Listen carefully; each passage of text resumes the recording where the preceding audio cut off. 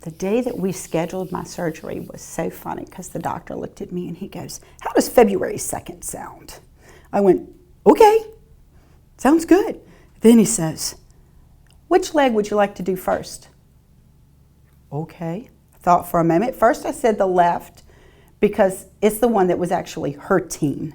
Then I went, no, we're going to do the right. That's my driving leg. We're going to do the right leg first.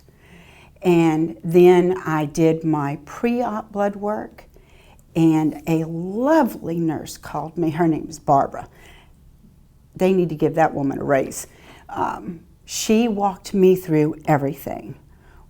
Come in and did my pre-op, got the CAT scans done, made sure everything was looking good, got me in touch with the lady who was going to help me with my medicines and what was going to be, what I needed to not do the week before, things, because I take some supplements and things, so there were things that I wasn't supposed to do, things that I could still do in preparation for.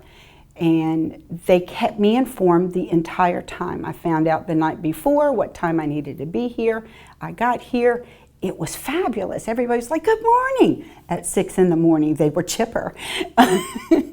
And got back into OR prep, and they did a spinal tap. I don't even remember the spinal tap because apparently my pain med had already kicked in because I don't remember it. The next thing I remember is I am in my room and I'm thinking to myself, I need to get up.